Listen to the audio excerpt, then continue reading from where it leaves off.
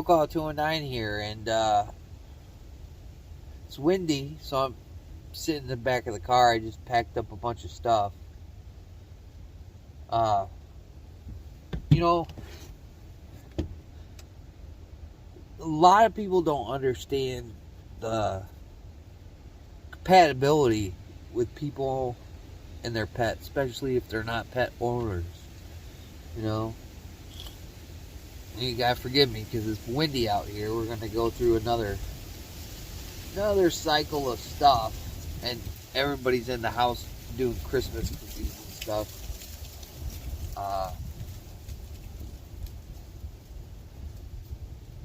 The Story of El Chopo. We just moved out of an apartment into a house for the first time for quite some time.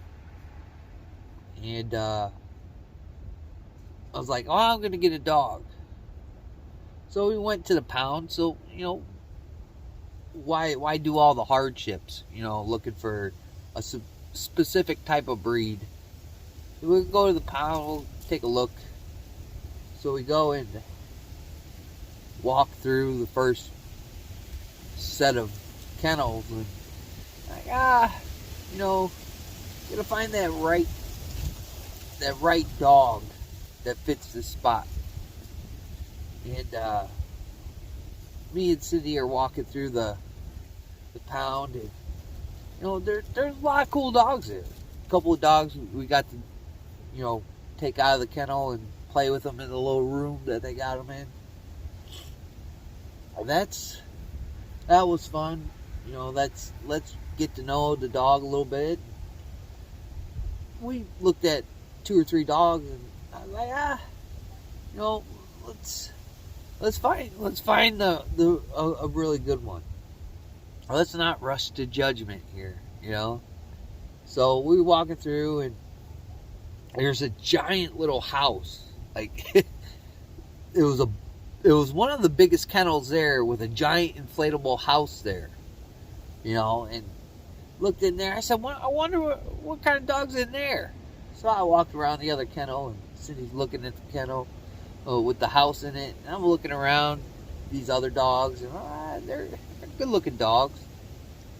And she's like, honey, come here. Walk out, look over there. There he is, staring at the top of the house. That's how you know he's a good one. At the top of the house, he's looking at us, and all of a sudden he disappears, runs down the house, out the little flap door, and runs up to us and starts barking. He ain't having it. I said, well, I want to take a look at him. So we get him in there, and he just stopped barking. They put him down on the ground, walked over, and sat in my lap. So, this is the dog that I want. All right. Are you sure? You know, they ask you, are you sure? You're sure? You're sure? Yeah, I'm sure. Like, he's a little bit older, you know. I was like, what's the story on him? What's the story on the old dog? And they're like, well, his owner died, and he was put back in here, went to another place, somebody else adopted him.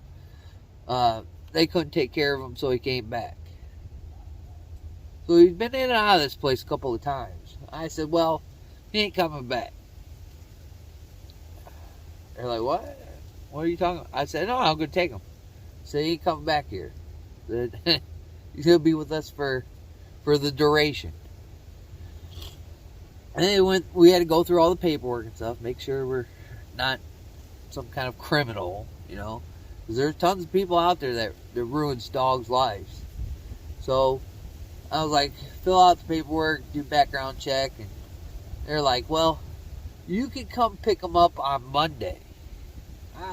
This is like a Thursday or something. Nah, I'll be back tomorrow. I'll pick them up. I'm like, everything's fine, dandy. I'm like, I'll go get them his shots. You guys don't have to pay for anything. You got to pay for all these other dogs that are sitting in the kennel, right? So, we don't know if it's going to be that early. I said, yeah, it will. I look at him. I said, I'll be back here, buddy. I'll be back here to pick you up. So next day rolls around. They call me, you can come pick up your dog. I said, yeah, I know I can come pick up my dog. I took a half a day off of work, go get him. So we go down there, we pick him up, and we couldn't take the little house that he had. Where we put it, I don't know, but he was wrapped up in a red blanket, a little red blanket. And we drove home, and he sat on my lap the whole time, and put him down in the house, and he's like, you know how the dogs are when they first come home. And I was like, okay. And then he walked around, and then he tried to jump up in the chair. So I picked him up, put him on my lap, and that's where he sat for 9-10 years at that point. We moved out here in the country, and it was a little bit of a change for him, you know. Doing the city life just seemed it wasn't him, you know. He didn't have as much freedom, you know. We wanted to give him freedom, so we moved out here, and I remember saying, "Look, you're gonna love this place. It's gonna be great." Here comes some more wind. You're gonna love it. You know, you can come out here, you can go wander all the acreage, and do the things that you want to do your dog stuff. You know, we'll have to get you flea and tick free here, you know, because we're out here in the country. But other than that, you're gonna enjoy your life. Well, we spent the majority of time here and at the other place in town, and it's odd now, you know, especially today. He went through a lot of rough patches, and I don't want to come off as being so much of a dick, like, but they didn't really tell us his health issues, because he'd been in and out of there, so you figure we had some paperwork on him, but they didn't have no paperwork on him. Just told us, you know, the story I just said, you know, he's been in and out of here, owner died, and, you know, kids didn't want the dog, so he came back, and then somebody else adopted it, blah, blah, blah. Well, he went through a cycle when we were at the old place, where he started having seizures real bad. Well, went to the doctor, we got him help and all that, and he was fine. He was fine. You know, there's no huge excitements for him and all that jazz. So we kind of broke him of that cycle because he didn't have any other seizures. We didn't fix him with medicine or anything. We just, you know, made sure he was eating right, and he wasn't thrown into stressful situations and stuff like that. So he broke out of that cycle, and ever since he broke out of that cycle, he was just an incredible dog. Before we moved out here, we were at my mom's house, and I was at work, and she called me. She's like, you know, somebody's coming in the house. I said, well, prepare to defend yourself, is what I said. And she's like, well, Buddy ran over there and chased him out of the house. I said, no way. She said, yeah. Like, he gave him hell as soon as they came through the door. And I haven't heard anybody scramble out of the house that fast. So, you know, there's a lot of emotion into it. Ton of it. You know, because he was a big part of my life, you know, especially when I had my back problems. You can go back deeper in the channel, look at those videos where I screwed up my back real bad. I was picking up a big box of short ribs, and my back went out. And I've had problems ever since then. So, you know, at one point, I think correct me if I'm wrong, you medical specialist, but my ulnar nerve went out in my leg, and I couldn't walk. I couldn't walk for almost almost a week and a half, and I took a long stint of vacation time. Basically, used up every bit of vacation time and sick time that I was allotted. And that dog sat by me through thick and thin, through me yelling and screaming, walking, trying to walk to the bathroom, to coming back and laying back down and getting comfortable. If I moved, he moved. If I sat somewhere, he sat either next to me or on my lap. He never left my side. And I think he kind of figured that out when I never left his side when he started having a little bit of medical issues. So, you know, we didn't foresee that he was going to have those medical issues, and he didn't foresee that I was going to have my medical issues. You know, but you know, when all that, you know, getting choked up here, all that went down, it was right when we got him, and the bond that we created was the strongest bond that I've had with an animal. And I've had, you know, 10, 11 dogs throughout my lifetime as I was a kid. You know, unfortunately, we lived by a street, and a fast-paced street. Lost a couple of dogs that way. Some of the dogs that I used to have, they get loose a little bit. We used to live down the road here when I was a kid. They get caught in traps and things like that. People setting traps. So, you know, I lost a lot of dogs that way. But, you know, looking back at the time that we spent together, I mean, at one point, you know, I couldn't leave the house without taking him with me. It was just that deep of a bond. You know, we go to Dairy Queen and get them the little ice cream treats, and we do a lot of that. A lot of the stores around here, like the place I currently work at, they let you bring your dog in. And we used to bring him in, and he'd go and do the wonders of the stores where they let you bring dogs in. At one point, I always wanted to think to maybe make him a service dog.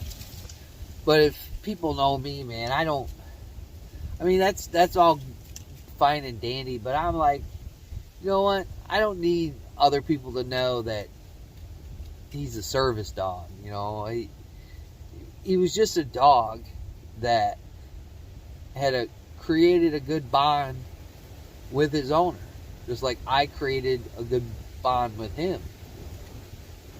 You know, I didn't have to go through extra paperwork. Like, I'm going to take my dog wherever I want to go. They tell me to leave, I leave.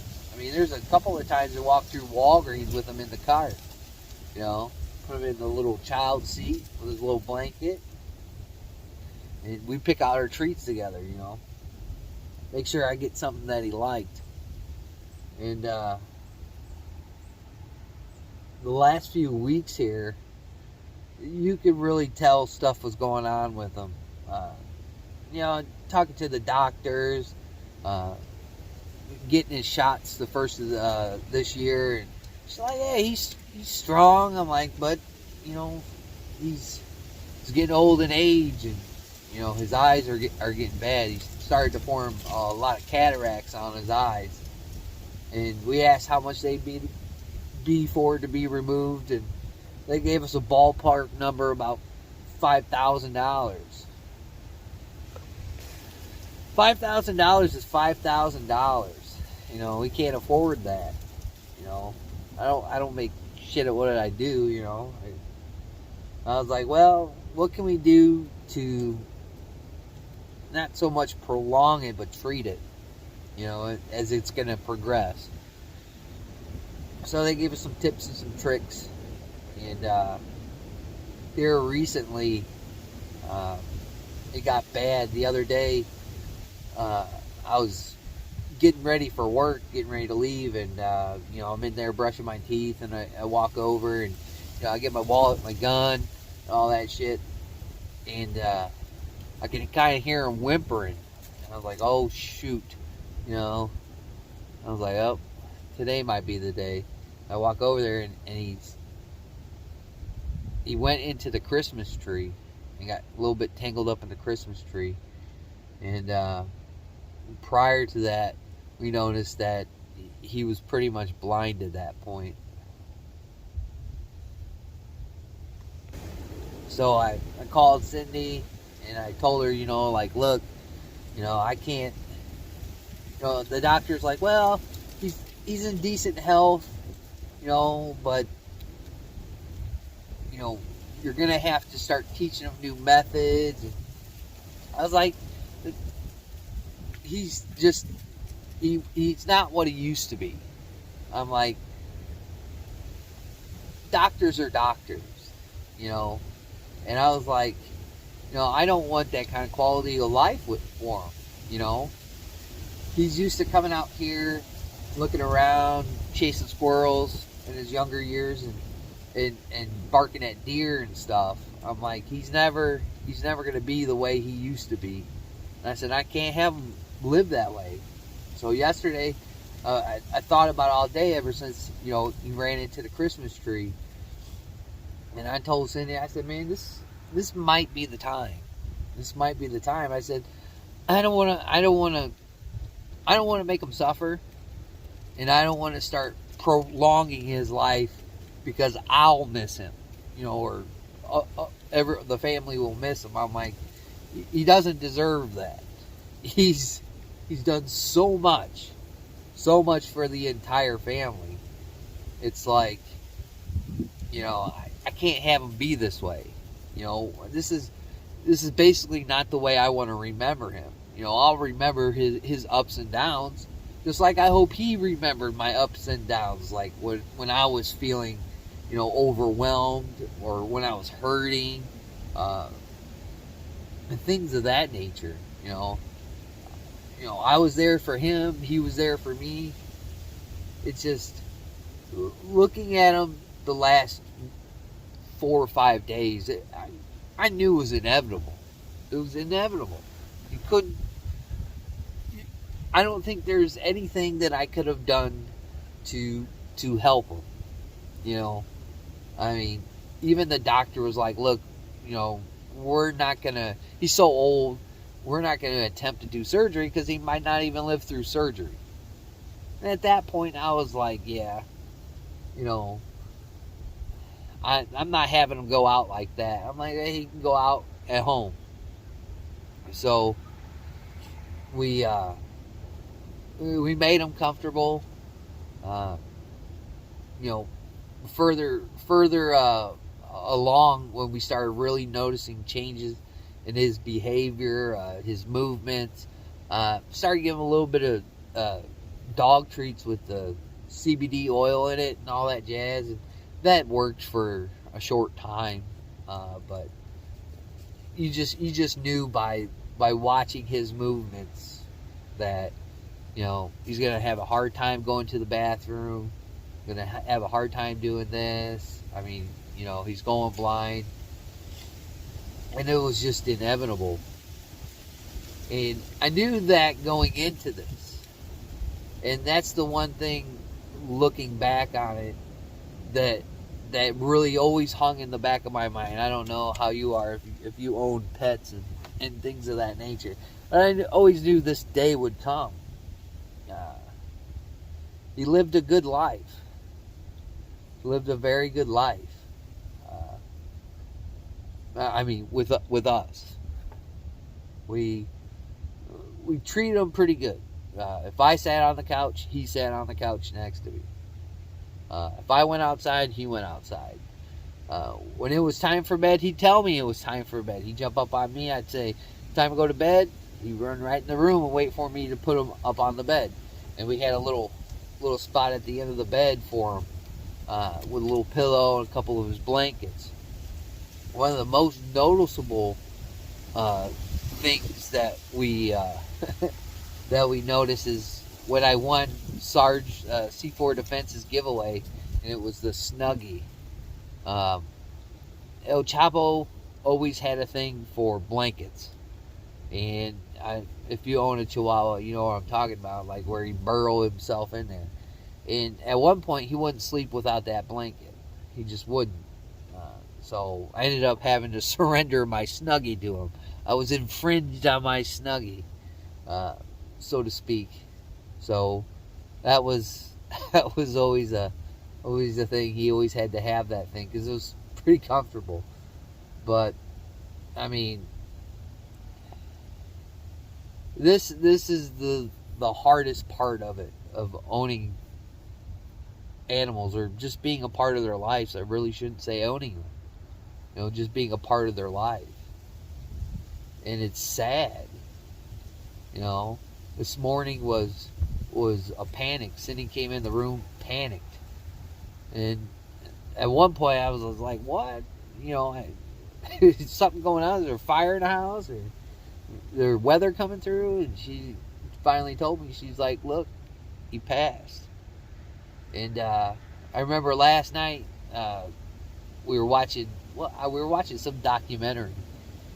Me and my best friend, he spent the night last night. And we were watching a documentary, and he was sitting next to me in his bed, and you could tell that he didn't want to be picked up. So I just let him sit there, and the bed's kind of up a little bit, so I just leaned over and I just petted him the whole night. And when it was time to go to bed, looked at him, and he was kind of sprawled out. If you go look at my Instagram and my TikTok, you can see he was a pretty good sleeper. So he's spread out. So I covered him up with his blanket, and that's when Cindy woke me up this morning.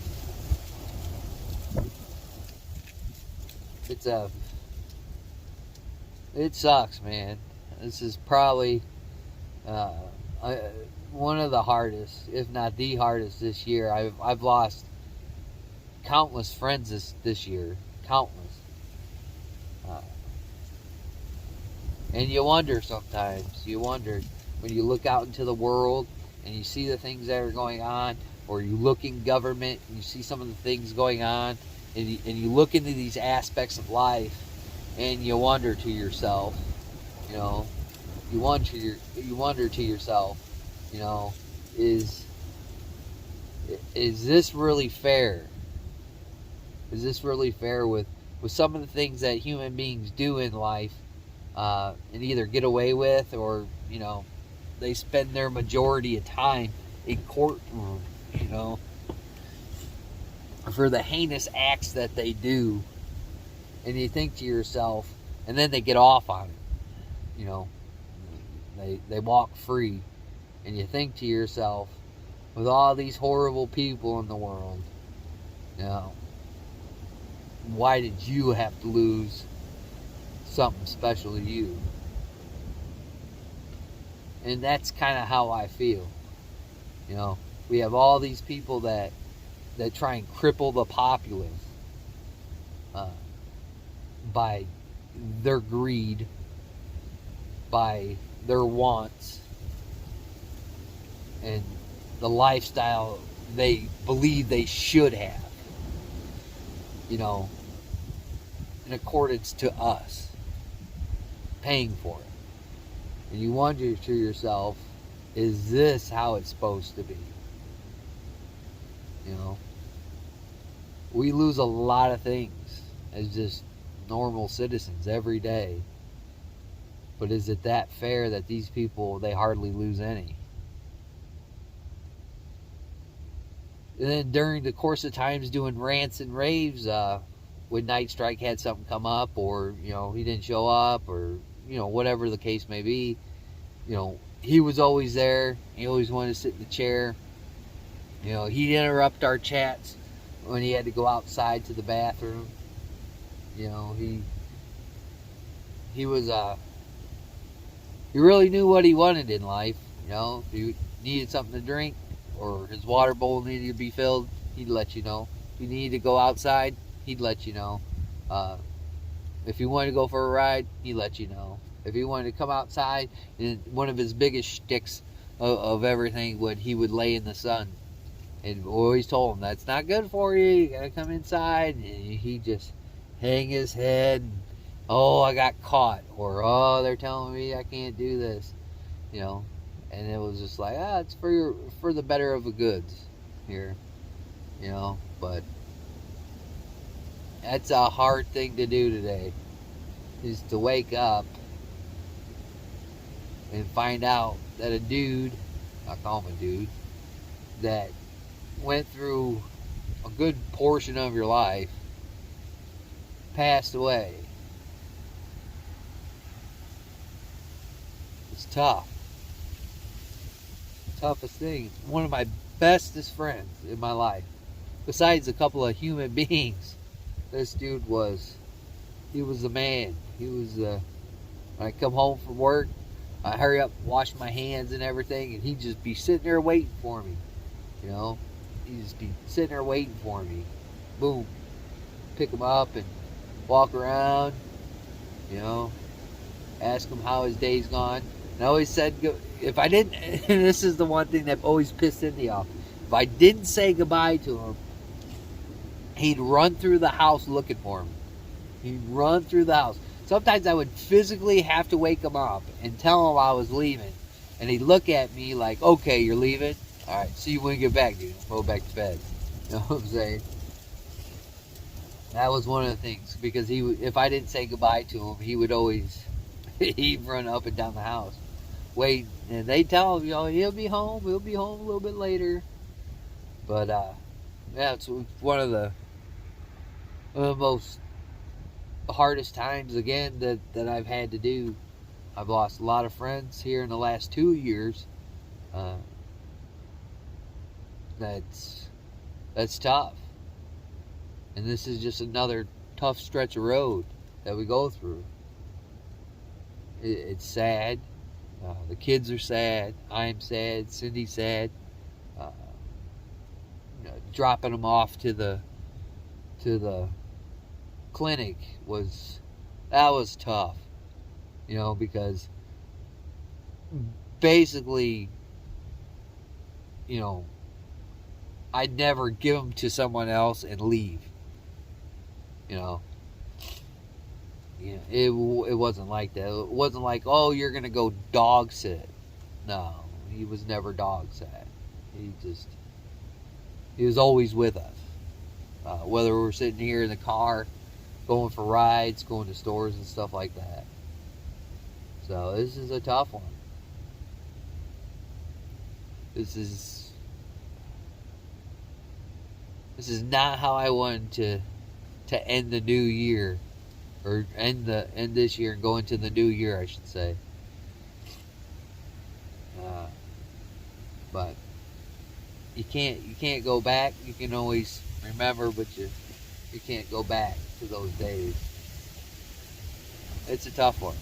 So I hope you guys enjoyed the time, just like I did with El Chopo, on the live streams and on the videos, and hearing him walking in and out of the videos. Sometimes I edited it out, sometimes I didn't. You know, he always wanted to be in the video sometimes, especially on the live chats, because he didn't like infringements whatsoever. So the story of El Chopo, the book is closed on him.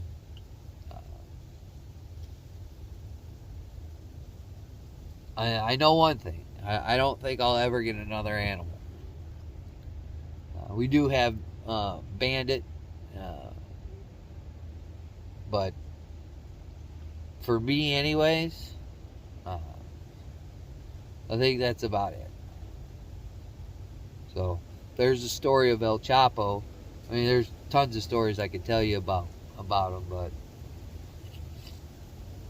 those are the ones that you should know about. Put it that way. So, in closing, I'd like to thank everybody that watches the channel, everybody that says hello to El Chopo when he was on there, people that asked about him when he went through his rough patches. Unfortunately, it's just one of these things that you got to accept in life. I'd like to thank my old and my new subscribers and just the people that zip through. I greatly appreciate it. Don't forget to like, comment, share, and subscribe. thank you for all the well wishes. Like always, catch you on the next one.